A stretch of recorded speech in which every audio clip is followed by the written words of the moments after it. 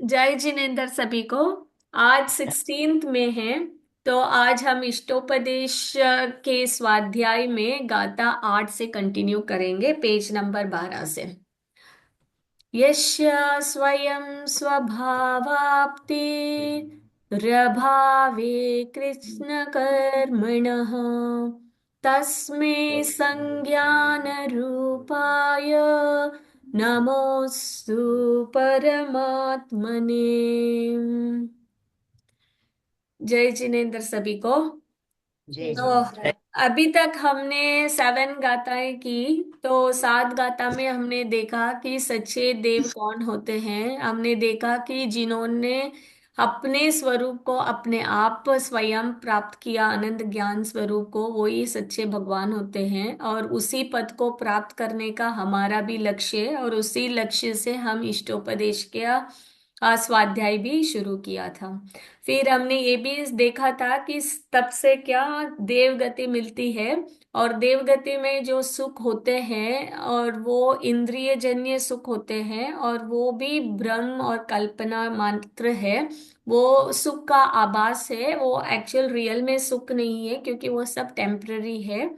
और सच्चा सुख तो कहाँ पे है कि मोक्ष में ही है। तो हमारा लक्ष्य जो है मोक्ष प्राप्ति का ही रखना चाहिए, राइट।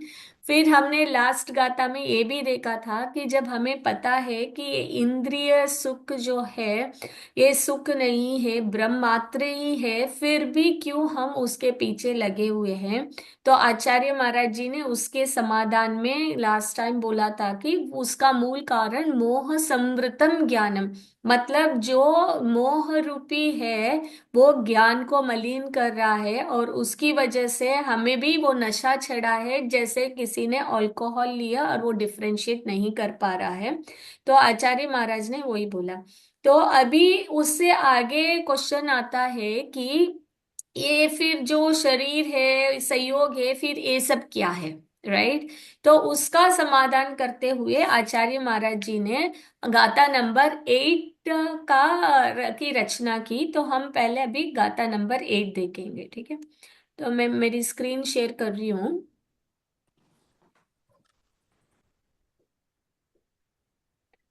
तो गाथा नंबर 8 से हम कंटिन्यू करेंगे आज। वपुग्रहं धनं धारा पुत्रा मित्राणि शत्रव सर्वतान्या स्वभावानि मूढस्वानि प्रपद्यते। और एक बार पढ़ते हैं। वपुगृहं धनं धारा पुत्रा मित्राणि शत्रव सर्वतान्य स्वभावानि मूढस्वानि प्रपद्यते। आप पढ़ेंगे क्रीमा जी अभी? वपुगृहं धनं दारा पुत्रा मित्राणि शत्रव सर्वथान्यस्वभावानि मूढस्वानि प्रपद्यते। करेक्ट। नीरति जी आप ट्राई करेंगे? हाँ। वपुर्ग्रहं धनं दारा पुत्रा मित्राणि शत्रव सर्वथान्य स्वभावानि मूढस्वानि प्रपद्यते। हम्म। तो यहाँ पे एक्चुअली हम पहले एक एक वर्ड का मीनिंग समझ लेते हैं। वपु, वपु यानी शरीर, बॉडी। और ग्रहम मतलब घर। धन तो पता है। दारा यानी स्त्री, वाइफ ले लो। और पुत्र यानी किड्स। फिर मित्र और शत्रु, ठीक है। तो यहाँ फर्स्ट में क्या बोला कि शरीर, घर, धन, स्त्री, पुत्र, मित्र और शत्रु। और फिर नेक्स्ट लाइन में कहा सर्वतान्य स्वभावानी। सर्व, सर्व ये सारे जो है सब ये अन्य स्वभाव वाले हैं। सर्वतान्य अन्य स्वभावानी, अन्य स्वभाव वाले हैं। मूढ़ स्वानी प्रपद्यते, लेकिन मूढ़ यानी मोही प्राणी इन्हें स्वानी यानी अपना, प्रपद्यते यानी समझता है। यानी जो शरीर है, घर है, धन है, स्त्री है, पुत्र है, मित्र है, शत्रु है, ये सब इनका स्वभाव अन्य है। सब तरह से ये अन्य वाले ही है, अलग ही है, लेकिन फिर भी मोही प्राणी इन्हें अपना समझता है। ठीक है, तो वही आचार्य महाराज जी ने यहाँ पे समझाया कि मोही पर पदार्थ को अपना मानता है। मोही की जो गलत उसकी सोच है, तो उसमें बता रहे हैं कि पर पदार्थ को हम अपना मान रहे हैं, राइट। तो लास्ट क्लास में हमने मोह और राग का डिफरेंस देखा था, राइट। तो उसका ही ये अभी कंटिन्यू करेंगे। तो एक एग्जाम्पल से समझते हैं। समझो कोई एक लड़की जा रही है, कोई मॉल गई, ठीक है, और उसने देखा कि ये ड्रेस बहुत अच्छा है, और उसने सोचा कि मैं ये ड्रेस लूंगी तो मैं कितनी खुश हो जाऊंगी, ठीक है, मैं कितनी अच्छी दिखूंगी, समझो। ठीक है, तो वो अच्छी दिखूंगी जो उसने सोचा, वो मोह वाला पार्ट है। और फिर उसने अच्छी दिखूंगी सोच के फिर वो ड्रेस को खरीदा, और फिर उसको पहन के वो बहुत सुख महसूस कर रही थी। वो राग वाला पार्ट है कि उसको लगता है कि मुझे ये रोज पहनना चाहिए, और वो बार बार पहन रही थी, और उसमें ही उसकी पूरी इष्ट बुद्धि लगी हुई थी, और वो उसको सुख का अनुभव फील कर रही थी। वो राग का पार्ट है। और फिर थोड़े दिन बाद उसने और कोई दूसरा ड्रेस देखा, और फिर इसको छोड़ दिया। वो हो गया द्वेष का पार्ट। उसको लगा कि यो ये क्या, इससे तो अच्छा दूसरा है, मुझे वो लेना चाहिए। ठीक है, तो वैसे ही होता है अपने साथ भी।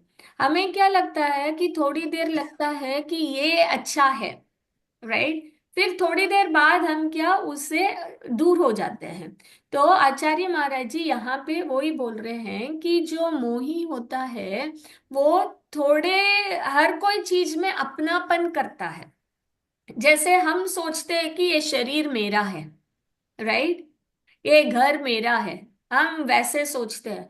तो आचार्य महाराज जी बोल रहे हैं कि जो ये घर हम अपना समझ रहे हैं, ये घर भी क्या है, जैसे हम होटल में जाते हैं तो हम समझो वहां पे 3 दिन रुके हुए हैं, तो हमारी बिहेवियर कैसे होती है वहां पे होटल में, तो समझ में आ जाता है कि हाँ यहाँ तो 3 दिन ही रुकना है, तो हम उससे इतना अटैच नहीं होते हैं, राइट। लेकिन हम जब अपने घर पे आते हैं तो हमें लगता है कि ये हमारा, हम लाइफ लॉन्ग इधर ही रहने वाले हैं, राइट। हम वो भूल जाते हैं कि एक दिन इसको भी छोड़ के जाएंगे। तो आचार्य महाराज वही बोल रहे हैं कि जब हमारा वो अटैचमेंट आ जाता है ना, तो हमें वो फील होता है जैसे हम होटल में रुकते हैं, वहां कोई वॉल पे भी एक अगर कुछ खरोच आई तो हमें इतना फील नहीं होता है। लेकिन वही घर पे किसी ने, बच्चे ने पेंसिल से लिख दिया तो हम उसको डांटने लगते हैं कि तूने क्यों गंदा किया। क्योंकि वो क्या होता है, वो अपना वाला वो फीलिंग आता है ना, तब हमें क्या है, ये कषाय होने लगती है, तभी हमें गुस्सा आने लगता है। एक बच्चा रहता है, उसके पापा ने एक गाड़ी खरीदी थी, ठीक है, बहुत महंगी वाली गाड़ी। और फिर वो, उसके पापा खड़े रहते हैं और वो बच्चा क्या करता रहता है, उस गाड़ी पे कुछ लिखता रहता है। तो उसके पापा को बहुत गुस्सा आता है, और वहां से ही उन्होंने उसके हाथ पे एक पत्थर फेंका, और उसके हाथ पे लगा और खून आने लग गया। तो वो फटाक से, वो पापा उसके बच्चे के पास गए और देखने लगे कि यो तेरे को लग गया। फिर उसने देखा कि उसने जो गाड़ी पे लिखा था, उसने लिखा था आई लव यू पापा।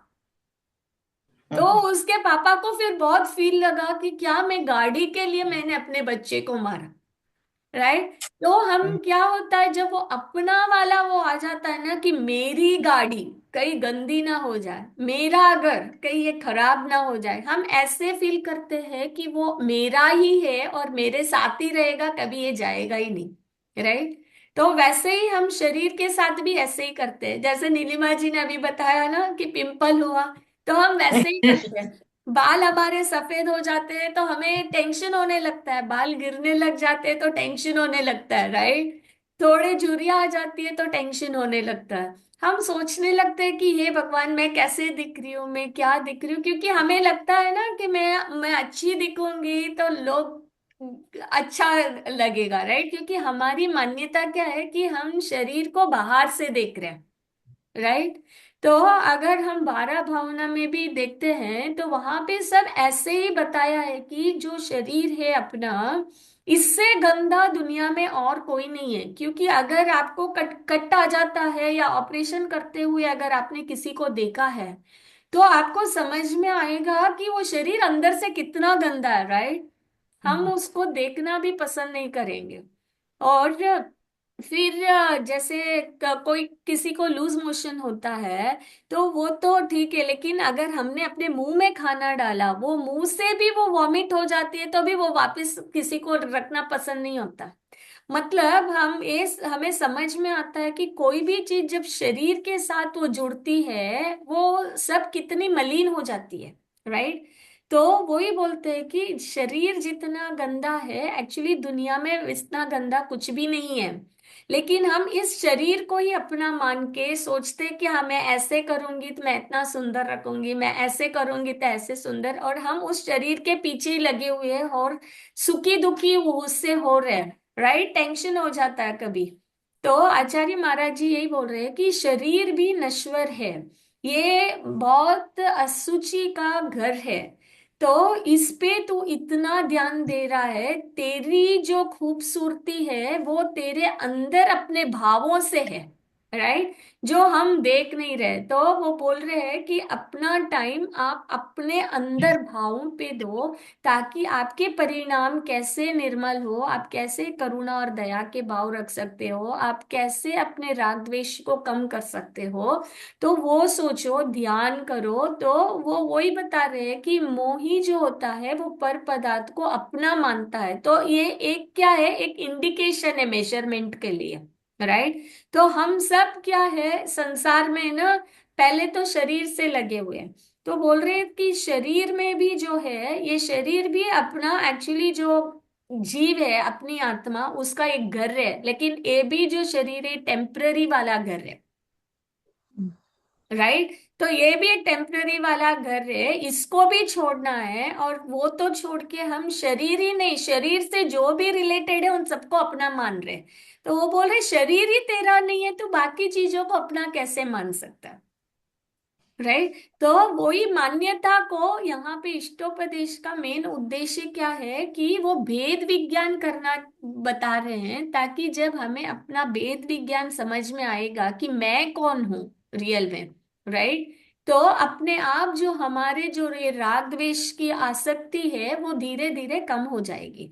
तो वही कम करने का प्रयास आचार्य महाराज जी ने यहाँ पे किया है।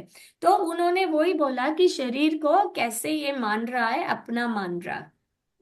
एक राजा रहता है, तो उस राजा के राज्य में वो है कि वो राजा बोलता है कि मेरे गांव में जो भी सबसे ज्यादा मूर्ख व्यक्ति रहेगा ना, तो उसको लेके आना।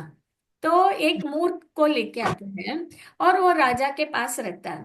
थोड़े दिन में क्या होता है कि वो राजा बीमार पड़ जाता है और तब सब रोने लगते हैं। तो वो मूर्ख व्यक्ति सबसे पूछता है कि क्यों रो रहे हो? तो बोला कि राजा ठीक नहीं है, वो चला जाएगा। तो पूछता है वो कहाँ जाएगा? तो बोलते हैं पता नहीं, कहीं चला जाएगा। फिर बोलते हैं कि अच्छा वो जाएगा तो वो उसके साथ फिर अपने रानियों को भी लेके जाएगा? बोलते हैं नहीं लेके जाएगा। फिर बोला कि वो अपने जो पैसे सब कमाए वो लेके जाएगा? बोला नहीं लेके जाएगा। फिर बोला कि फिर खाना पीना सब कैसे करेगा वो? बोला कुछ नहीं, वहां वो उसका पता नहीं क्या होगा, वो जहाँ जा रहा है कुछ पता नहीं। तो बोला वो तो जा रहा है तो फिर क्यों वो सब कमा रहा है, सब क्यों किया? तो वो तो मेरे से ज्यादा मूर्ख है। तो ऐसे सोच के उसके गले में जो मूर्ख का वो टैग डाला था उसने निकाल के और राजा को ही पहना दिया कि मैंने तो सोचा मैं मूर्ख हूँ, राजा तो मेरे से ज्यादा मूर्ख है। वो तो सब रख रहा है कि तब कि उसको पता वो जाने वाला है और वो सब चीजें इकट्ठा कर रहा। तो आचार्य महाराज जी बोल रहे हैं कि आप अपने को भी देखो एक बार, कि आप तो कहीं वो नहीं हो, तो वो बोलते हैं आचार्य महाराज जी कि जो हम इकट्ठा करने में लगे हुए हैं वो तो पुण्य और पाप के हिसाब से जिसको लिखा मिल जाएगा। अभी आपके पास है तो आप उसका उपयोग करो, आप उसका दान में यूज करो, किसी की सहायता करने में यूज करो। क्योंकि नहीं तो कल क्या होगा कि वो इधर ही रह जाएगा, और जिस किसी का पुण्य रहेगा आपके फैमिली में वो उसका लाभ लेके वो दान करके वो अपने भाव सुधार लेगा। ये एक ड्राइवर रहता है, वो एक ड्राइवर एक सेठ के यहाँ काम करता रहता है, ठीक है। तो वो क्या होता है कि सेठ का डेथ हो जाता है। तो फिर वो सेठ की जो वाइफ रहती है वो ड्राइवर से शादी कर लेती है। तो फिर वो ड्राइवर न्यूज़पेपर में एड में बोलता है कि इतने साल मेरे को लग रहा था कि मैं सेठ के लिए कमा रहा हूँ, अभी मुझे पता चला कि वो सेठ मेरे लिए कमा रहा था। तो आचार्य महाराज जी बोलते हैं कि सोचो कि आप किसके लिए कमा रहे हो, राइट। क्योंकि हमारे साथ तो सिर्फ हमारा पुण्य और पाप कर्म ही जाने वाला है, बाकी सब तो इधर ही छोड़ेंगे। तो वो बोलते हैं कि इतना अटैचमेंट मत रखो, मोह इतना मत रखो, जो आप अभी हो आसक्ति छोड़ो और देखो कि उसका सही में उपयोग कैसे कर सकते हो, राइट। तो हमें वो सब सोचने वाली बात है। तो यहाँ पे आचार्य महाराज जी वही बोल रहे हैं कि जो शरीर है और जो घर है वो सब हमारा नहीं है। और फिर तो वो वही बोलते हैं कि जो धन तो है ही, धारा मतलब पत्नी भी पुत्र भी कोई तुम्हारा नहीं है। जब हम हमारी बातें सब सुनते हैं ना तब हमें लगता है कि ये सब हमारे ही है, राइट। जब कभी एक दिन बातें नहीं सुनते ना हमारी तब हमें समझ में आता है कि हाँ कोई किसी की बात नहीं सुनते, कोई नहीं है, राइट। उसके बाद और थोड़ी देर बाद लगता है कोई बात नहीं, ये तो मेरा ही बेटा है, अभी नहीं कोई बात नहीं, नहीं सुना तो बेचारा छोटा है, राइट। हम वैसे ही क्या, क्योंकि हम मोह में लगे हुए हैं ना तो हम उसी के अंदर जुड़े हुए हैं। तो आचार्य महाराज जी बोल रहे हैं कि जैसे जैसे ऐसी परिस्थिति होती है हर एक परिस्थिति को हमें ध्यान से सीखना चाहिए कि सब पर है, राइट। तो कोई भी हमारे सुनने वाला नहीं है, वो तो संयोग से जैसे कर्म ऊपर नीचे रहते हैं, जैसे हमारे साता कर्म का उदय आएगा तो धन भी अपने पास रहेगा, सब हमारी बात सुनेंगे। जब हमारा असाता का उदय आएगा सब चेंज हो जाएंगे। तो बोल रहे हैं कि जो सब संयोग है, ये संबंध जो है सब संयोग वाले संबंध है, शाश्वत वाले संबंध नहीं है। ये सब जो है क्षणिक वाले संबंध है। जो तीन काल में त्रैकालिक संबंध है, जो तारतम्य वाले संबंध है, वो तो सिर्फ जो तेरा अपने आत्मा का संबंध है, आत्मा का जो ज्ञान के साथ संबंध है वही सही संबंध है।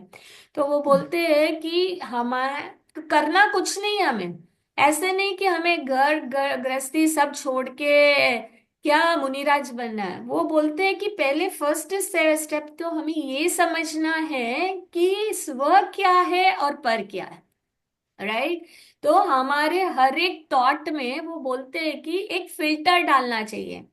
जैसे कि एक वेद विज्ञान का फिल्टर डाल देना चाहिए हर एक ज्ञान की पर्याय में। तो हर एक ज्ञान में जब होता है देखो कि ये स्वर है या पर है, ये संबंध जो है मेरा ये संयोग वाले संबंध है या ये तीन काल में रहने वाले परमानेंट संबंध है, राइट। तो वहां पे हमारा ज्ञान डालना चाहिए कि जहां पे हम फोकस कर पा सकते हैं उन संबंधों पे। तो हमें जो ये सहयोग वाले संबंध है उसमें अपनापन करना वही सबसे बड़ी भूल है। तो वो बोलते हैं कि सबसे बड़ा अच्छा तो क्या है कि जो हमारे जो सोच है, हम जब अपनापन पर्व पदार्थ में कर रहे हैं वही बड़ा मोह का प्रॉब्लम है, वही मिथ्यात्व है और वही मेन दुख का कारण है। जब हमारी दृष्टि स्व पर से हटके स्व की तरफ जाएगी तो अपने आप अपने सही रास्ते पे हम आ जाएंगे, राइट। तो मोक्ष मार्ग और कुछ नहीं है। तो वो बोलते हैं, एक बार किसी ने विद्यासागर जी महाराज जी से पूछा था, मैंने एक प्रवचन में सुना। तो कोई पूछते हैं कि सरल में मोक्ष मार्ग क्या है। तो एक व्यक्ति पूछता है, तो उसने उन्होंने बोला कि कुछ नहीं, जहां तूने अपना चेहरा किया है वहां पे पीठ कर ले, जहां पीठ किया वहां चेहरा कर ले, बस इतना ही करना है। जहां पे तेरी दृष्टि अभी पर में लगी है उसको स्व में कर ले, बस इतना ही करना है। तो हमारी दृष्टि का नजरिया जो है देखने का, अगर वो चेंज होगा तब काफी चीजें अच्छी लगेगी, और हमें समझ में आएगा कि सच्चा क्या है और सही रास्ता क्या है। ठीक है। तो आचार्य महाराज जी वही बोल रहे हैं कि धीरे धीरे प्रयास करो कि ये जो सब चीजें हैं ये जो है ये शाश्वत नहीं है। जो शाश्वत वाला सुख है उसे समझो, और जैसे जैसे हम समझेंगे हमें परिस्थिति को झेलने की ताकत भी आएगी, और हमारी दृष्टि जैसे अंदर जाएगी हमें धीरे धीरे वो सुख की अनुभूति भी आने लगेगी। राइट। तो हमें जब तक हम सिद्ध स्वरूप की प्राप्ति करते हैं वहां तक वेट करने की जरूरत ही नहीं है। अभी हम इस काल में बोलते हैं कि जैसे ही हमारी दृष्टि चेंज होती है हम एक एक क्षण को वो सुख वाला अनुभव कर सकते हैं। राइट। भले ही हम परमानेंटली फुल टाइम नहीं, लेकिन एटलीस्ट थोड़ी देर के लिए तो उसका फील कर सकते हैं हम भी। राइट। तो जैसे कि जब हम देखते हैं किसी को क्या बोलते हैं, जब किसी को लग जाती है। राइट। जब किसी को लग जाती है तो हमें कैसी फीलिंग आती है, दुख वाली फीलिंग आती है। राइट। लेकिन हम उससे ये नहीं सीखते हैं कि जो अभी वो उसके साथ हुआ है वो हमारे साथ भी कभी भी हो सकता है। राइट। तो हमारी लाइफ इतनी छोटी है, तो हम ये देखते हैं जब भी किसी के साथ कुछ होता है कि अयो इसके साथ ऐसे हो गया, लेकिन हम उससे ये नहीं सीखते हैं कि मेरे साथ भी ऐसे हो सकता है, तो मैं मेरी लाइफ को हर एक समय को मैं कैसे प्रोडक्टिव करूं और कैसे मैं धर्म में यूज करूं उसको। राइट। तो आचार्य महाराज जी वही बोल रहे हैं कि जब तेरे को स्व और पर का ज्ञान हो जाएगा तेरे प्रायोरिटीज ऑटोमेटिकली चेंज हो जाएंगे, और जब प्रायोरिटीज चेंज हो जाएंगे ऑटोमेटिकली तेरा ध्यान जब स्व की तरफ जाएगा अपने आप तेरे को अंदर से ही वो सुख वाली फीलिंग आती रहेगी। क्योंकि जो सुख वाला गुण है वो अपने आत्मा का गुण है, वो किसी और का गुण नहीं है। राइट। वो अपने आत्मा का गुण है। हम क्या सोचते हैं कि हम ही कर रहे हैं, हमारे बिना कुछ नहीं है, मेरा परिवार है, मेरे लिए ही है। तो आचार्य महाराज जी के पास एक लड़का एक पर्सन आता है, और वो सेठ रहता है। तो वो कमाता है, तो वो आचार्य महाराज जी को बोलता है कि मेरा घर मेरी वजह से चलता है, मैं नहीं तो मेरा घर कुछ नहीं चलने वाला। तो मैं सुबह जाके काम करता हूँ तब कई पैसे कमाता हूँ, तब घर में खाना बनता है, सब खर्चा होता है। तो आचार्य महाराज जी उससे बोलते हैं ठीक है तेरी ऐसी सोच है, तो हम एक करते हैं, तो 15 दिन घर पे मत जा। ठीक है। फिर देखना कि तेरी सोच कैसी है। तो वो 15 दिन आचार्य महाराज जी जैसे बोलते हैं उनके साथ ही एक जंगल में चला जाता है। ठीक है। तो पीछे 15 दिन वो फैमिली वाले सोचते हैं, क्या हुआ अभी तक वो नहीं आए हैं, तो आजू बाजू वाले बोलते हैं शायद वो जो जंगल में काम करने गया था लगता है कुछ हो गया होगा इसलिए वो नहीं आया। तो वो 3-4 दिन वेट करते हैं, कुछ उनका पता नहीं चलता, तो अब आसपास वाले क्या करते हैं, सब उनको हेल्प करने आ जाते हैं। तो सब लोग इतना खाना पैसा सब कुछ दे देते हैं। तो फिर 5-6 दिन बाद वो सब भूल जाते हो, आराम से खाने पीने में आराम से रहने लगते हैं। तो पहले क्या है वो सूखी रोटी खाते थे ऐसे सब, तो अभी क्या है वो पूड़ी खा रहे हैं, कुछ स्वीट बना रहे हैं, आराम से रह रहे हैं। फिर 15 दिन बाद फिर वो सेठ बोलता है आचार्य महाराज जी से, अभी मुझे घर जाना है। तो बोलते हैं तो 15 दिन नहीं किया तो सीधा मत जा। ठीक है। तो कुछ वेश बदल के जा और देख कि पहले कैसे है उधर। वो जाता है और देखता है तो देखता है कि यहाँ इनको मेरी तो जरूरत ही नहीं है, ये तो सब आराम से खा पी के पहले से ज्यादा अच्छी तरह रह रहे हैं, इनको तो मेरी जरूरत ही नहीं है। तो फिर वो वापिस आचार्य जी महाराज जी के पास आता है और बोलता है कि मैं भी क्या करूं, आप ही चलो मेरे पास घर पे और आप बता दो पूरी स्टोरी उनको, ताकि उनको विश्वास हो कि मैं जिंदा हूं, मैं ऐसे ऐसे हुआ था। नहीं तो वो समझेंगे कि ये भूत आ गया। राइट। तो फिर आचार्य महाराज जी बोलते हैं कि देख अगर तू वहां जाएगा, तेरा वो आगे क्या होगा मुझे नहीं पता, लेकिन तू इस रास्ते पे जाएगा तो तेरा तो बहुत सुधर ही जाएगा। ठीक है।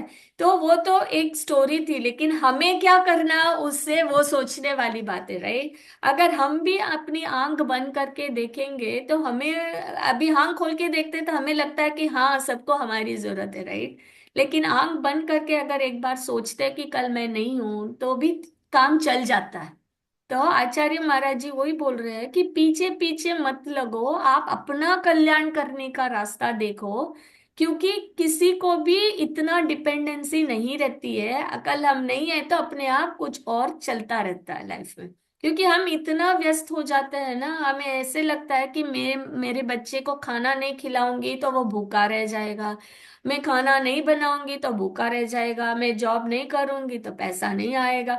हम ऐसे सोच के ना इतने उलझ गए हैं, पूरा दिन हमारा रूटीन वैसे ही चला हुआ है। तो आचार्य महाराज जी ये बोल रहे हैं कि आप अपनी दिनचर्या ऐसे बनाओ कि थोड़ा समय खुद के लिए निकालो, राइट। कि थोड़ा क्या है, स्वाध्याय करो, ध्यान करो, चिंतन करो, सत्संग करो, अपने आप को थोड़ा पॉजिटिव बनाओ। कुछ नहीं, अगर आपके पास टाइम नहीं है, आप वॉकिंग जा रहे हो तो हेडफोन डाल लो, प्रवचन सुन सकते हो। अगर कुछ नहीं कर सकते हो, आप गाड़ी चला रहे हो, ड्राइव कर रहे हो, तो प्रवचन डाल सकते हो। मैं ऐसे ही करती हूँ, जब भी ऑफिस जाती हूँ, मैं रास्ते में जाते आते वक्त प्रवचन चलता रहता है, तो 2 घंटे में ड्राइव इतना फास्ट इजीली यूज हो जाता है ना। तो काफी टाइम हो जाता मिल जाता है मेरे को। तो मैं क्लास के लिए भी काफी प्रवचन जो है ना, मैं गाड़ी ड्राइव करते ही मैं सुनती हूँ। तो इतना अपना टाइम यूज हो जाता है ना। तो वो वही बोल रहे हैं कि आप जब हमें प्रायोरिटी समझ में आ जाती है तो हम उसके लिए एक रीजन फाइंड करते हैं और वेज ढूंढते हैं कि मैं कैसे अपने लिए टाइम निकालूं, राइट। और जब हम अपने खुशी से, अपनी इच्छा से कुछ करते हैं तो वो हमें स्ट्रेस नहीं फील होता है, क्योंकि वो हमें पता है कि ये हमारे लिए इम्पोर्टेंट है। तो जब हम ऐसे इम्पोर्टेंट चीजें करेंगे तो धीरे धीरे क्या होगा कि हम सही रास्ते में रहेंगे, तो बाकी चीजें अपने आप होती रहेगी। नहीं तो हम क्या हुआ है कि हम इतने अटैच्ड हो गए सबको कि हाँ मुझे ये भी करना है, ये भी करना है, तो काफी बार क्या होता है, नहीं तो वो स्ट्रेस फील हो जाता है। ऐसे लगता है अभी ये क्लास अटेंड करूँ या मैं बच्चों का करूँ या मैं किचन में करूँ या मैं ऑफिस का करूँ, राइट। लेकिन जब हमारी प्रायोरिटीज डिसाइड हो जाती है, तो अगर हम एटलीस्ट पर डे हम एटलीस्ट हाफ एन आवर भी निकाल ले रेगुलर, कि ये हाफ एन आवर है मेरे लिए, कि मैं स्वाध्याय करूं, मैं ध्यान करूं, या मैं भावना योग करूं, या मैं चिंतन करूं, या कुछ भी करूं धर्म का करूं, वो हाफ एन आवर ही हमें काम आएगा। तो शुरुआत में शायद हम हाफ एन आवर से करेंगे, बट ओवर ए पीरियड वो हाफ एन आवर, क्योंकि जब हमें उसमें इंटरेस्ट आएगा और रुचि होगी ना, तो हमें लगेगा कि मुझे इसमें ही ज्यादा टाइम देना, राइट। तो धीरे धीरे ऐसे ही करते, जब वो हम करते रहेंगे और हम खुशी में कर रहे हैं, तो हमें समझ में आएगा कि सच्चाई क्या है, यथार्थ लाइफ में स्वरूप क्या है। कि तब समझ में आएगा कि ये शरीर भी मेरा नहीं है, घर भी मेरा नहीं है, न फैमिली मेरी है, न बच्चे मेरे हैं, न मित्र मेरा है, न शत्रु मेरा, राइट। क्योंकि हर परिस्थिति में हमें जीना आ जाएगा, देखने की दृष्टि चेंज हो जाएगी, तो हम हर टाइम पे ना खुशी से रह सकते हैं। तो हमें खुशी से रहने का वो ही एक मंत्र है। तो वही बोल रहे हैं कि इष्टोपदेश में कि ये अपने आत्मा का कल्याण का उपदेश क्यों है, क्योंकि हमें सच्चे सुख की प्राप्ति कैसी होगी जब हम वस्तु का सही स्वरूप समझेंगे तब। तो यहाँ पे यही बोल रहे हैं कि हम मोह की वजह से इन सब में उलझे हुए हैं, हम सबको अपना मान रहे हैं। तो वो बोल रहे हैं कि कोई तेरा नहीं है, तू वस्तु का स्वरूप समझ। ठीक है ना। तो अभी हम इसका ये भावार्थ पढ़ लेते हैं, मैं वापस स्क्रीन शेयर कर रही हूँ। यहाँ पे किसी को कोई डाउट था क्या? ठीक है। तो अभी कौन पढ़ना चाहेगा? नम्रता जी आप पढ़ेंगे भावार्थ? हाँ, पढ़ती हूँ। हाँ। भावार्थ। शरीर, घर, धन, स्त्री, पुत्र, मित्र, शत्रु आदि दृष्टिगोचर होने वाले चेतन अचेतन पदार्थ सर्वथा द्रव्य क्षेत्र काल भाव से अन्य या भिन्न स्वभाव वाले हैं, परंतु मूल अर्थात स्व पर विवेक ज्ञान रहित बहिरात्मा इन पदार्थों को अपना समझता है। इनके संयोग से अपने आप को सुखी अनुभव करता है और वियोग से अपने आप को दुखी मानता है। किसी को अपना वैरी समझकर उससे द्वेष करता है तथा उससे भयभीत होता है। इसी तरह राग, द्वेष, भय, शोक आदि अनेक प्रकार के विकारी भाव संसारी आत्मा में मोह के कारण ही हुआ करते हैं। ठीक है। तो यहाँ पे समझ में आया ना, तो आचार्य महाराज जी वही समझाना चाह रहे हैं। तो लास्ट वीक भी हमने वही समझा था मोह के बारे में ही, तो ये उसी का कंटिन्यू है। तो अभी हम आगे देखते हैं। तो आचार्य महाराज जी बोलते हैं कि ये जो शरीर और कुटुंब जो है, ये सब क्या है, अन्य पदार्थ है जो मोही द्वारा इसको ये समझता है कि ये इसी का है। तो अभी आगे गाथा में आचार्य महाराज जी बोल रहे हैं कि संसारी जीव का कुटुंब परिवार कैसा है। ठीक है। तो यहाँ पे मैं पढ़ती हूँ। दिग्दिशेभ्य खगायित्य संवसन्ति नघे नघे स्वस्व कार्यवशाधान्ति देशे दिक्षु प्रघे प्रघे। ये बहुत ही इंपॉर्टेंट गाथा है वेद विज्ञान के लिए। ठीक है। तो आप डे टू डे जब आप कुटुंब के साथ रहते हो तो ये एक सीन को याद रखना। तो पहले हम इसका मीनिंग समझते हैं, फिर हम समझते हैं कि ये कितना इंपॉर्टेंट गाथा है। दिग्दशेभ्य, दिग दिशाओं और देशों से। दिग्ध मतलब दशों दिशाओं, जो मतलब नॉर्थ साउथ ईस्ट वेस्ट, फिर north east south east, north west south west, फिर नॉर्थ एंड साउथ। ठीक है। तो दसों दिशाओं से क्या, दसों दिशाओं से और देशों से। देशों से यहाँ पे समझना कि प्रदेश, यानी जो तीन लोग हैं वहां पे एक एक स्थान से, मतलब उसको प्रदेश बोलते हैं, एक एक पॉइंट को। ठीक है। और फिर खगा एत्य, खगा यानी पक्षी। ठीक है। एत्य यानी आते हैं। और संवसंति ठहर जाते हैं, नगे नगे वृक्ष पर। तो यहाँ पे आचार्य महाराज ये बोल रहे हैं कि दशों दिशाओं से और अलग अलग देशों से पक्षियां जो है वो आकर क्या करती हैं, ठहर जाते हैं वृक्षों पर। नगे नगे यानी वृक्ष पर। ठीक है। वृक्ष वृक्ष पर। तो हमने देखा है कि काफी बर्ड्स को हम देखते हैं, राइट। तो सबने ऑब्जर्व किया तो बर्ड्स क्या करती है, वो उड़ती रहती है। जैसे उनको पता चलता है कि अभी सनसेट होने वाला है, तो जो भी पेड़ मिलेगा नजदीक में उधर जाके वो विश्राम कर लेती है और वहां पे रुकेगी, और फिर सुबह होते ही फिर और कहीं चली जाती है। तो ये क्या होता है कि अलग अलग बर्ड्स जो होती है वो अलग अलग जगह से आती है, और जैसे सुबह होती है ठहरती है, फिर अलग अलग जगह वापस चली जाती है।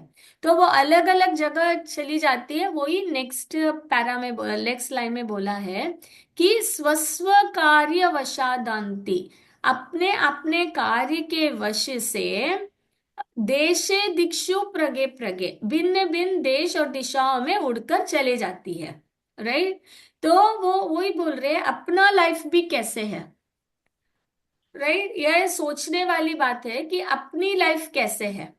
तो अपने लाइफ अपनी फैमिली भी कैसे है, कि इसमें भी जो पीपल है जो भी अलग अलग जगह से आए हैं, राइट, अलग अलग टाइम पे आए हैं, और अलग अलग जगह पे जाएंगे, अलग अलग टाइम पे जाएंगे। तो वो वही समझाना चाह रहे हैं कि वो एक पिक्चर अगर हमारे दिमाग में रहता है, एक ट्री और बर्ड्स, जैसे बर्ड्स आके बैठ रही और उड़ के जा रही है, हमेशा अगर एक पिक्चर हमारे दिमाग में रहता है जब हम घर पे रहते हैं, तो हमें समझ में आता है हाँ ये सब अब हम अलग अलग जगह से आए हैं, जितने दिन रुकना है रहेंगे, फिर अलग अलग जगह चले जाएंगे। तो तीन लोक में हम कहीं से भी आए होंगे, पता नहीं, राइट, कौन सी गति से आए हमें नहीं पता। कोई हो सकता है मनुष्य गति से ही आया होगा, कोई देव गति से आया होगा, कोई तिर्यंश गति से आया होगा, कोई नरक गति से, वी डोंट नो। और जैसे अपने कर्म होंगे वापस चले जाएंगे, और क्या, हम अलग टाइम पे आए और अलग टाइम पे जाएंगे, राइट। हमें लगता है कि हाँ हम तो साथ साथ में, राइट, हस्बैंड वाइफ सोचते हैं कि हम सात जन्म के साथ साथ में है राइट। लेकिन कब किसने जन्म लिया, जन्म भी किसी का साथ में नहीं हुआ, साथ में होता तो वो भाई बहन हो जाते, राइट। तो जन्म भी हमारा साथ में नहीं हुआ तो हम साथ साथ में कहाँ हुए, राइट। और शादी से पहले इतने साल तो अलग ही थे, और शादी के बाद साथ में हुए तो वो इतने इयर्स तो गए हैं, और शादी के बाद भी कितने साल रहेंगे साथ में, नेवर नो किसका टाइम कब आ जाता है, राइट। तो वो वही बोल रहे हैं कि हमारे संबंध को समझो, कि हम भी वो पक्षी की तरह ही है, एज ए फैमिली हम अलग अलग जगह से आए हैं। जितना अपने कर्म के हिसाब से लिखा रहेगा उतने साल साथ में रहेंगे, फिर चले जाएंगे। अभी हम देखते हैं कि समझो हम सब इंडिया से आए, राइट।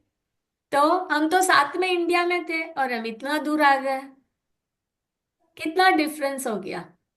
कोई किसी की शादी कहीं कर देता है तो वो बेटी ससुराल चली गई, कितनी दूर चली गई। हम सोचते हैं कि हमारी फैमिली हम साथ साथ में, लेकिन कितने दिन, कौन कितने दिन किसके साथ रहेगा। Maybe for higher studies चले जाते हैं, जॉब के लिए चले जाते हैं, शादी के लिए चले जाते हैं, क्योंकि सब अपने अपने हिसाब से अलग अलग आते हैं, अलग अलग जाते हैं। जब कहाँ पे आना कहाँ पे जाना किसी का कोई कंट्रोल नहीं है, राइट। तो वो वही बोलते हैं कि आप वस्तु स्वरूप को समझो, इससे इतना अटैचमेंट मत रखो, आप वेद विज्ञान निरंतर करते रहो और अपने आप को स्ट्रांग बनाओ, क्योंकि जो हमारे अंदर ताकत है वो ही हमारे साथ चलेगी। और जब हम अपने आत्मा पे ही समझेंगे और उस पे ही डिपेंडेंट रहेंगे, तो ना हमें राग आएगा किसी से, ना द्वेष आएगा, ना मित्र रहेंगे ना शत्रु रहेंगे। हम सब क्या सहयोग के हिसाब से देंगे, देखेंगे उनको, राइट। तो हमारा देखने का वो नजरिया टोटली डिफरेंट हो जाएगा। हमारा वो अटैचमेंट वाला क्या है, वो आसक्ति वाला अटैचमेंट वाला, उसमें काफी चेंजेस आ जाएंगे, राइट। तो सिर्फ हमें पंचेंद्रिय विषय तो एक है ही, लेकिन ये रिलेशन है, ये अटैचमेंट है, ये सब ना हम बहुत इतने उलझ गए इस संसार में। तो इसकी वजह से ही क्या, हम ये संसार में घूम ही रहे चार गति के चक्कर में। तो वो वही बोल रहे हैं कि आप ये समझो, रियल फैक्ट को समझो, कि ये मोह अपने ज्ञान को कैसे इसको मलिन कर रहा है। हम मिथ्यात्व में चले हुए क्योंकि हम सबको अपना मान रहे हैं। हमारी मान्यता इतनी गलत हो गई है, तो इसकी वजह से हम इससे बाहर नहीं आ रहे। तो वो बोल रहे कि मोह से बाहर आने के लिए जो अपने पास जो थोड़ा बहुत ज्ञान है, हमें उसको ही यूज करना पड़ेगा। उस ज्ञान से ही हम जब स्वाध्याय करेंगे, सत्संग करेंगे, अपनी सोच को और बढ़ाएंगे, हम वस्तु का यथार्थ स्वरूप समझेंगे, तो धीरे धीरे करके उसी से क्या होगा, हमारा ग्रोथ होगा, सम्यक दर्शन की प्राप्ति होगी, हमें मोक्ष मार्ग डायरेक्शन में चलने के लिए हमें वो स्ट्रांगनेस आएगा, राइट। नहीं तो अभी क्या होता है, हम किसी फ्रेंड सर्कल में अगर देखते हैं तो क्या होता है, हम राग में उलझ जाते हैं। जब हम स्वाध्याय करते हैं हम वापस ट्रैक पे आते हैं, राइट। तो आचार्य महाराज जी वही बोल रहे हैं कि हमें अपना सर्कल ऐसे बनाना चाहिए ताकि हमारे भाव निरंतर अच्छे बढ़ते चले जाए, राइट। ताकि वो क्या बोलते हैं कि अ, अगर कोट चारकोल वाली अगर कोई रूम है, वो कैसा भी व्यक्ति हो, वो जाएगा तो थोड़ा तो उसको दाग लगेगा ही लगेगा। तो इसलिए बोलते हैं आप कितने भी स्ट्रांग हो, कैसे भी हो, अगर आप ऐसे निमित्तों के साथ रहेंगे, ऐसे एनवायरनमेंट में रहेंगे, ऐसे लोगों के साथ रहेंगे, तो आप उनके अंदर उलझ जाओगे। इसीलिए आप सत्संग करो, स्वाध्याय करो, प्रवचन सुनो, ताकि आप कंटिन्यूअसली क्या अपने आप को उस दिशा में रख सकते हो, आप उससे उसमें स्ट्रांगली रह सकते हो। ठीक है ना। तो वो ही पूरा ना इस गाथा में इतनी अच्छी तरह उन्होंने वही बताया है कि जैसे अलग अलग पक्षी अलग अलग जगह से आके ठहर के चले जाते हैं, हम भी अलग अलग जगह से आके कुटुंब में साथ में रह रहे हैं और चले जाएंगे। ये वस्तु का स्वरूप है, ये हमारे हाथ में कंट्रोल नहीं है। तो जितना इसके साथ है इतना अटैचमेंट नहीं रखना, क्योंकि बाद में वही हमारे दुख के कारण होता है। राइट। समझो कि किसी को 4 लड़कियों के बाद एक लड़का हुआ, ठीक है। तो वो उसको कितना प्यार से उसको बड़ा किया, तो उस पेरेंट्स के फीलिंग क्या रहती है कि ये मेरा बेटा है, मेरा बेटा, मेरा बेटा है। तो उसके साथ में इतना वो उलझ जाते हैं। और फिर उसकी शादी होती है, फिर वो जब उसके वाइफ की बात सुनते हैं तब क्या लगता है कि हाँ अभी बेटा हमारा नहीं, वो बीवी का हो गया। ठीक है, वो थोड़ी चेंज हुई। और जब वो बेटा छोड़ के चला जाता है, उन पेरेंट्स की क्या हालत होती है, क्योंकि वो सोच क्या थी कि वो मेरा बेटा है और मैंने इतने साल वेट किए, 4 लड़की के बाद मेरे को लड़का हुआ और वो मेरे को छोड़ के गया। तो वो ऑटोमेटिकली क्या है, वो हेल्थ पे इम्पैक्ट होता है, क्योंकि आप डिप्रेशन में चले जाते हो, आप स्ट्रेस में चले जाते हो, आप उसको कंट्रोल नहीं कर पाते हो। तो उस स्थिति में आपको काफी डिजीजेस आती है एंड देन आप खुद को संभाल नहीं पाओगे। क्योंकि ये रियल फैक्ट है जो मैंने देखा था एक फैमिली के साथ।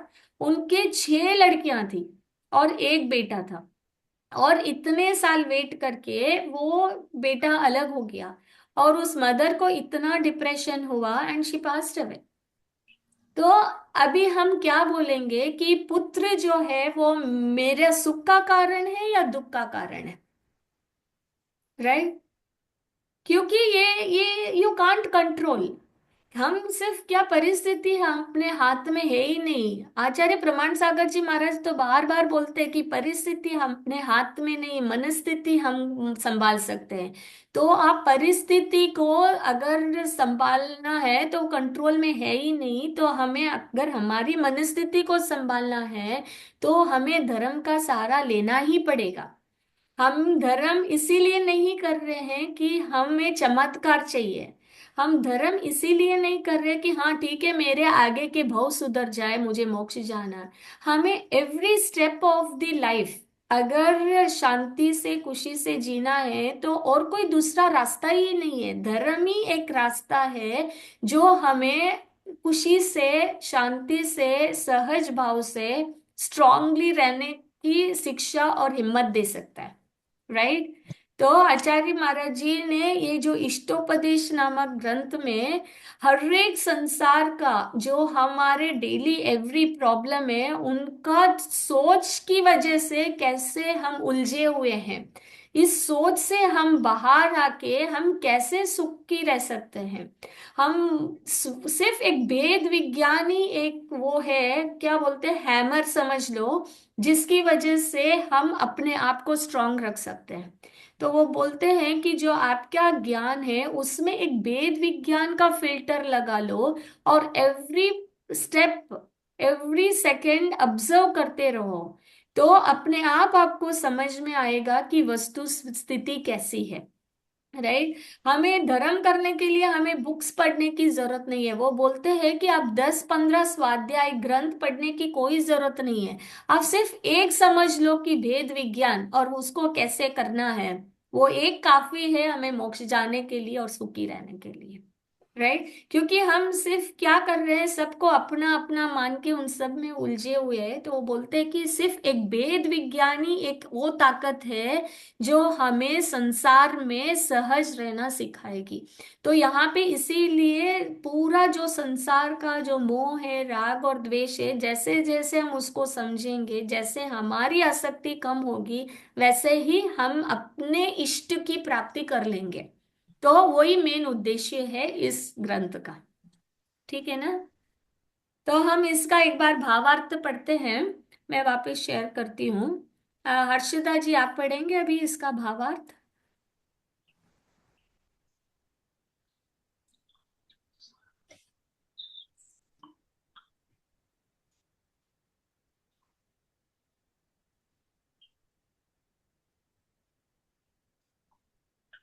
हर्षदा जी, मैं शेयर कर रही हूँ स्क्रीन।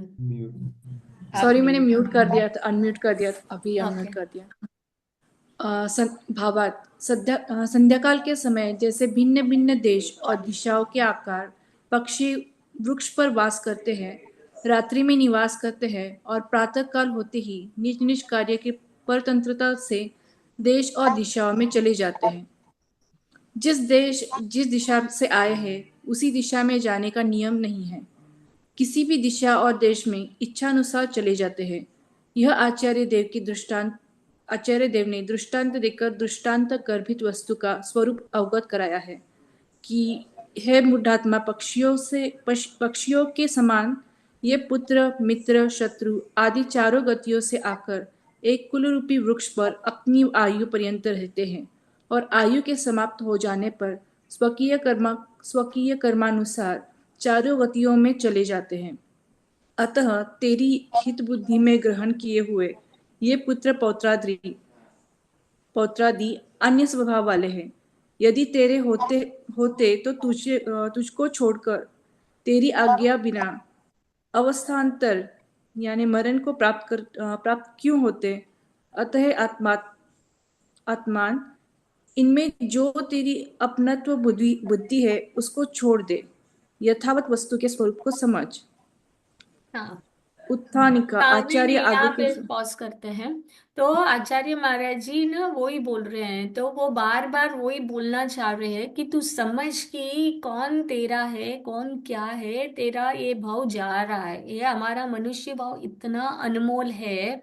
और क्या बोलते हैं, एक समुंदर में अगर एक हीरा गिर जाता है और वो वापस मिलता है तो कितना इम्पॉसिबल जैसे, तो वैसे हमें इतने मेहनत से इतना पुण्य कब जाके किया, तब जाके मनुष्य भाव मिला, अच्छा शरीर मिला, जैन कुल मिला, धर्म सुनने का मौका मिला। तो इतना तक आके अगर तू अपना आचरण नहीं कर रहा, अपने आत्मा का चिंतन नहीं कर रहा, वस्तु का स्वरूप नहीं समझ रहा, अगर मोह में ही उलझा है, तो फिर तू सदा दुखी हो जाएगा। तो तू समझ और वो सुख के रास्ते पे चल। तो आचार्य महाराज जी ने इतने सिंपल वर्ड्स में जो पूरा समय सार का जो इम्पोर्टेंट की पॉइंट्स है ना, उसको इस इष्टोपदेश में छोटे छोटे गाथा के माध्यम में इतनी सरल भाषा में हमें समझाया है कि हम अपने लाइफ में इसको कैसे इम्प्लीमेंट कर सकते हैं। ठीक है ना। अभी जो हमने लास्ट क्लास में भी किया और इस क्लास में भी किया, राइट। तो किसी को भी अगर 1 वीक में या मंडे जो हमारी क्लास हुई थी तभी भी हमने देखा था कि हम कैसे लाइफ में इसको अप्लाई कर सकते हैं। आपने किसी ने भी इसको थोड़ा भी प्रैक्टिस करके देखा क्या कि आपको कैसे इसका इफेक्ट हो रहा है?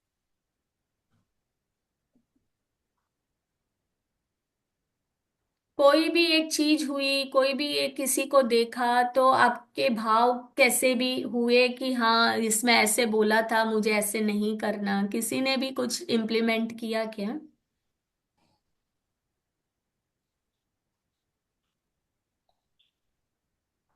एक्चुअली ऐसा सोचा तो बहुत कि जो जो हुआ है पास्ट में, कभी भी लाइफ में, और जिसकी वजह से हमें दुख फील होता है, तो ऐसा दिमाग में लाने की डेफिनेटली सोची कि let it go. Very nice. हाँ। पर पता नहीं कितना कर पाए, वो तो नहीं पता। पर होपफुली। हाँ। और एक बात मैं बताना चाहती हूँ कि मैं हर रोज मेरे बेटे को जब स्कूल छोड़ने जाती हूँ, तो वहां रास्ते में एक सेमेटरी आती है, तो हर रोज मुझे वही उसी रास्ते से पास होना होता है। तो उस सेमेटरी को देख, वहां इतनी बड़ी है, इतने सारे ग्रेव्स है यहाँ पे, मतलब मोर हंड्रेड्स में। हम्म। तो वो देख के लगता है कभी कभी, क्योंकि हर रोज सुबह में ड्रॉप करने जाना तो एकदम रश रहता है दिमाग में कि फटाफट फटाफट करके भागे होते हैं, ड्रॉप करके आके घर पे क्या करना है वही दिमाग में चला हुआ होता है। तो ऐसा रहता है कि ये जो ग्रेव्स में सारे जो भी लोग अभी है सो रहे हैं, तो वो भी कभी कभी हमारी तरह ही भागते होंगे, उनका भी रूटीन रहा होगा, खाना पीना, हम जैसे अभी जो अपनी रूटीन ले वही उन सब ने किया है। और फिर हर रोज सोच दिमाग में आता है कि ये लोग आज सोए पड़े हैं, ऐसे मतलब यहाँ के क्रिश्चियंस तो ऐसे होते हैं ना ग्रेव्स में, हम्म। तो बस ऐसे सोए पड़े हैं, कुछ नहीं है अभी। तो कि क्या मतलब है इस भाग दौड़ का, ये सब जो कर रहे हैं उस करने का, वो दिमाग में आता है, पर यस कुछ कर नहीं पाते फिर भी। ये तो वही है, वही जा रहा है, उसमें तो कुछ वही चेंज ना नहीं कर। वो, करेक्ट बोला आपने। यूजुअली क्या होता है, जैसे क्योंकि हम इतने ये संसार में उलझ गए हैं ना, तो हमें क्या लगता है कि इससे बाहर कैसे आना वो समझ नहीं पा रहा। राइट, तो इसीलिए वो बोल रहे हैं कि एक स्टेप में नहीं होगा ये। तो हमें continuously every time, continuously every action में, एवरी सेकेंड, एवरी थॉट में हमें ये लाना पड़ेगा कि ये भेद विज्ञान में कैसे करूं। राइट, ये स्व है और ये पर है, ये संयोग संबंध है, ये शाश्वत नहीं है, मैं आत्मा हूं।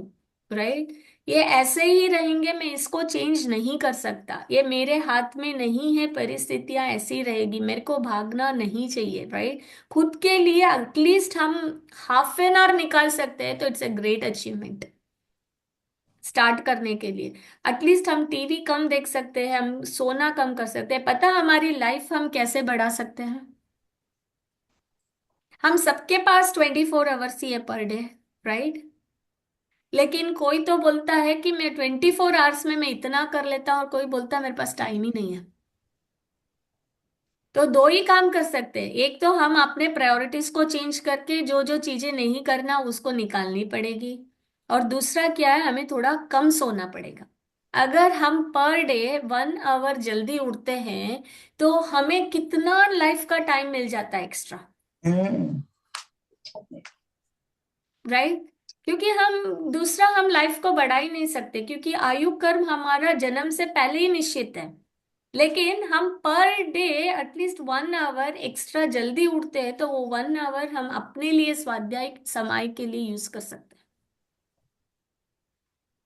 पर ऑलरेडी और 5 एक बजे बात, उठते हैं, ऑलरेडी 5 बजे उठते हैं, उससे जल्दी फिर क्या उठो, क्योंकि हमारा तो जॉब ऐसा है, मेरा तो स्पेशली, मैं मेरी बात कर रही हूँ कि like I am a teacher, I am on my foot all the time, right. 5 बजे उठती हूँ, उठते ही फिर अपना ध्यान, अपना सारा मॉर्निंग का छोड़ करके फिर अपनी पूजा पाठ करती हूँ, योगा करती हूँ, एवरीडे आधा पौन घंटा योगा और वो करती हूँ, मेरा नियम है ये। और फिर उसके बाद चाय नाश्ता करके सीधा भाग गए स्कूल। भागने के बाद वहां पूरा ऑन द फोटो, आप पूरे टाइम 3:30 घर आ रहे हो, आने के बाद तुरंत आपको खाना बनाना है, इनसे पूछती हूँ क्या बनाना है, क्या बनाना है, क्या बनाना है, जो बनाना है वो बना मिलके दो। खाना बनाते हैं, फिर खाते हैं। फिर मंडे टू थर्सडे मेरी ये जैनिज्म की पाठशाला की क्लासेस चलती हैं, फिर मेरी 7 बजे तक चलती है ये। अभी अभी तो ये 2 और हो गई तो 8 बजे तक चलती है। अब टाइम कहाँ है, फिर नींद आ जाती है 9, 9:30 बजे। अब अगर चार मैं बजे मैं दस आपको बजे इजी वे 4 बजे दिखाती हूँ तक ना, कैसे? आपको इजी टेक्निक का एक, किसी ने शंका समाधान में प्रमाण सागर जी महाराज जी से पूछा कि बोला हाँ। मेरा रूटीन इतना टाइट है, मैं कैसे करूं। राइट, तो उन्होंने यही बोला कि तू गाड़ी चलाते वक्त तू प्रवचन सुन सकता है, तू जब वॉकिंग कर रहा हेडफोन डाल के तू प्रवचन सुन सकता है। वो तो मैं करती हूँ, करेक्ट, जब मैं तो वो गाड़ी कर रहे हो चलाती आप हूँ ना। ऑलरेडी। हाँ, और वो तो मैं हर कर। समय, वो क्या बोलते हैं, सामायिक सिर्फ बैठ के सामायिक करने की नहीं, हमारे लाइफ में एवरी सेकंड को हम सामायिक बना सकते हैं। क्यों? हमें जागृत रहना पड़ेगा। राइट, दैट्स हमें फाइन। अपने थॉट और पूरे दृष्टि को इतना जागृत रखना पड़ेगा कि एक हमारी दृष्टि, अपना ज्ञान अपने ऊपर है। हम क्या कर रहे हैं अभी, सिर्फ अपना उपयोग पर के ऊपर ही जा रहा है। राइट, तो हम ये नहीं सोच रहे कि मेरा उपयोग मैं क्या कर रही हूँ। तो एक थॉट अगर हम कंटिन्यूअसली करते रहेंगे तो बोलते हैं कि चलते फिरते सामायिक। हम्म। तो हाँ धीरे नहीं, धीरे ऐसे जब जब, मैं खाना बनाती हूँ ना, हम्म, जब इवनिंग में, तो मोस्टली मैं ना भक्ता मर्जी चलाती हूँ।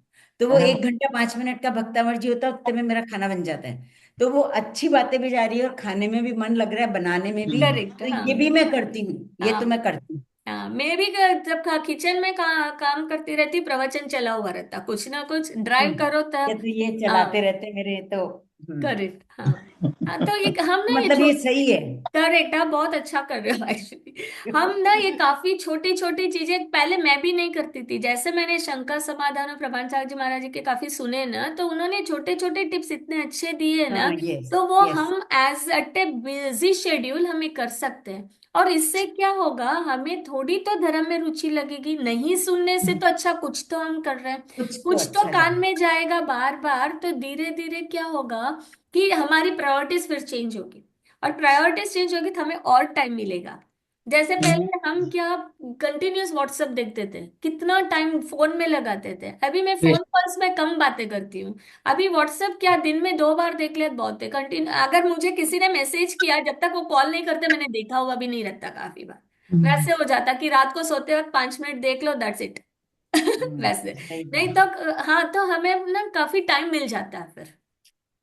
तो वो वैसे ही बोलते हैं कि अगर प्रायोरिटीज चेंज होती है तो एक तो टाइम मिलता है, और दूसरा जैसे आपने बोला आप ऑलरेडी 5 बजे उठ रहे हो, राइट, तो आप ऑलरेडी थोड़ा स्वाध्याय तो कर ही रहे हो, आप योगा कर रहे हो, yoga also is a part of meditation. नहीं, मैं मेरा ये पूजा पाठ भी करती हूँ मॉर्निंग का, जो मेरा करेक्ट, रूटीन है हाँ। सालों से, वो हाँ भी करेक्ट। करती हूँ। हाँ तो आप तो ऑलरेडी उस पाथ में ही हो, लेकिन जिसके पास बोलते हैं ना टाइम ही नहीं है, जो 6 बजे 8 बजे उठते हैं, उनको नहीं, कहना है कि अगर आपको लाइफ में टाइम नहीं है तो 1 घंटा जल्दी उठ जाओ, आपको लाइफ एक्स्ट्रा मिल रही है, राइट, वो हमारे लिए, हमारी लाइफ हमारे लिए मिल रही है, जो हमारा कर्म सुधारेगा, राइट ना।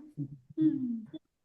अभी एक और चीज, जैसे कि मैं हर रोज मॉर्निंग वॉक के लिए जाती हूँ, तो इस वीक में जब भी मॉर्निंग वॉक पे गई, तो हमारे घर के बाजू में एक बहुत सुंदर लेक है, वहां पे तो वहां पे एक जगह पे लेक में मस्त डक्स घूम रहे, मतलब तैर रहे थे, और बाजू में बेंच थी, और पेड़ के नीचे इतना अच्छा वहां पे एकदम शांत वातावरण था, तो मैंने वहां पे थोड़ी देर बैठी। यूजुअली मैं वॉक करके वापस आ जाती हूँ, तो अभी इस बार मैं वहां पे थोड़ी देर बैठी, और जैसे हमने किया था कि आप ट्राई करो, हमने वो मंडे को डिस्कस किया था कि ये सब जो जो भी आप बातें सीख रहे हो उसको अपने लाइफ में इम्प्लाई करने के ट्राई करो।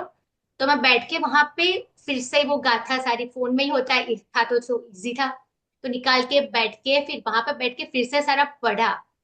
और वो 2-3 दिन मतलब ये मंडे के बाद जैसे जो किया, तो उससे वो इतनी शांति मिली, एक तो आजू बाजू का जो वातावरण था उससे भी अच्छा लगा, प्लस स्वाध्याय का वो खोल के उसको बैठ के फिर उसको कि हम वो उसको फिर से वो चिंतन करते हैं, मनन करते हैं, तो थोड़ा ज्यादा वो अंदर जाता है कि हाँ ये क्या कह रहे हैं, और थोड़ा करेक्ट। टाइम मिलता है, ज्यादा समझ हाँ पाते हैं, तो तो वो थोड़ा इसीलिए चेंज बोलते हैं, हुआ। तो इसीलिए बोलते हैं ना, क्योंकि हम सिर्फ क्लास में सुनेंगे तो नहीं, क्लास तो क्या है 1 घंटे की है, लेकिन पूरा 1 वीक उसको अप्लाई करना है हमें, राइट, तो एवरी सेकंड जब हम अप्लाई करेंगे, एक तो हम भूलेंगे नहीं, और दूसरा उससे हमें आउटपुट मिलेगा, हम इम्प्लीमेंट कर रहे हैं ना, तो वो उसका फायदा भी होगा, हम्म। राइट ना। नहीं, नहीं, इससे जैसे आप, मैंने ये भी देखा है कि जब ये करते हैं ना, तो ऐसा लगता है जैसे आप खुश, अंदर से खुशी रहती है, करेक्ट। और वो आपके झलकती है आपके व्यवहार से। लाइक आज मैं जब स्कूल गई तो आई डोंट नो, मेरे को 5-7 जाने बोले कि Neelima you are so positive, you are so, I mean तुम हमेशा खुश रहती हो ऑलवेज। तो क्या है, आई डोंट नो, मन का क्या पता, I don't know, but this is correct, how. सही बोला। तो क्योंकि उससे हमें भी, लग रहा है ना हम सही रास्ते में कर रहे हैं, हाँ, किसी का हाँ बुरा तो नहीं वो सोच रहे हैं, हम खुशी अच्छी होती है। चीजें ही कर रहे हैं। तो करेक्ट। बुरा तो आजकल से दिमाग में आता ही नहीं है, कभी के आता ही नहीं किसी के मैंने लिए। मिलता तो सो विच इज ग्रेट। करेक्ट। ठीक है, अभी हमारा टाइम हो गया, तो हम जिनवाणी स्तुति करके क्लास को विराम करते हैं। तो नेक्स्ट मंडे क्लास नहीं रहेगी, उसके बाद उसके नेक्स्ट मंडे रहेगी, ठीक है। हम्म। और उसके नेक्स्ट मंडे एक्चुअली अगर मेरा मंथली प्रॉब्लम स्टार्ट हो गया तो फिर हम फ्राइडे करेंगे, ठीक है, उसका नेक्स्ट, ठीक है, मैं कम्युनिकेट करती रहूंगी, यस, यस, लेकिन तब नो तक एटलीस्ट प्रॉब्लम। जितने गाता हुए हैं ना उसके कंटिन्यू रहना। और हम जब नेक्स्ट क्लास मिलेंगे, क्योंकि आपके पास गैप ज्यादा रहेगा, राइट, तो हम 10-15 मिनट ऐसे डिस्कशन करेंगे कि हमने कौन सा स्टेप किया ताकि हमारी दृष्टि में परिवर्तन आया थोड़ा, हमारे मोह थोड़ा कम कैसे हो, ताकि हम ना शेयर कर रहे हैं एक दूसरे का लर्निंग, जैसे अभी क्रीमा जी ने बोला, नीलिमा जी ने बोला, जैसे हम सुन रहे हैं एक दूसरे का ना, we can also apply, right ना, तो हम शेयर करेंगे, ठीक है ना। हम्म। Very hmm. निज निधि निज में बताई, यह अनंत उपकार है, इसके लिए जिन वाणी माँ को वंदना शत बार है, वंदना शत बार है, वंदना शत बार। जय जिनेन्द्र सभी को। जय जय जिनेन्द्र। जिनेन्द्र।